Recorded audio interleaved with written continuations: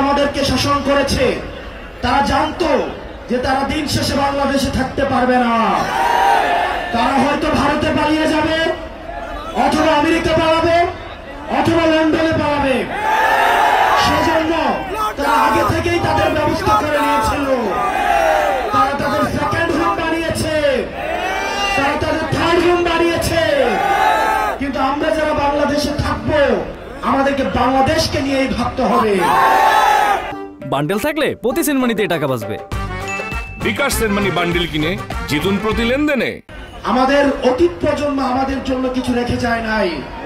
তারা আমাদের একটা ভঙ্গুর অর্থনীতি দিয়ে গিয়েছে, একটা ভঙ্গুর শিক্ষা ব্যবস্থা নিয়ে দিয়ে গিয়েছে, তারা আমাদের একটা ভঙ্গুর স্বাস্থ্য ব্যবস্থা দিয়ে গিয়েছে, আমাদের মধ্যে সাম্প্রদায়িক সংঘর্ষ দিয়ে গিয়েছে, আমাদের মধ্যে কলহ দিয়ে গিয়েছে, পাহাড় বনাম সমতল সংঘর্ষ দিয়ে গিয়েছে।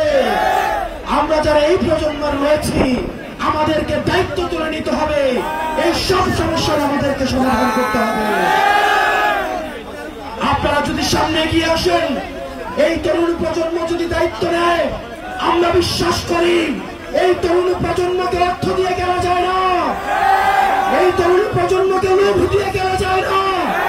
হাসিনা চেষ্টা করেছিল কিন্তু কিনতে পারে নাই। এই তরুণ প্রজন্ম চাইলে ইতিহাস তৈরি হবে। চট্টগ্রামবাসী, আমাদের রাষ্ট্র ব্যবস্থা গঠনে আপনাদেরকে সামনে এগিয়ে আসতে হবে। আমরা এখন বর্তমানে যে কার্যক্রমগুলো করব, সেগুলোর ফলাফল আমাদের ভবিষ্যতে আমাদের ভবিষ্যৎ প্রজন্ম পাবে।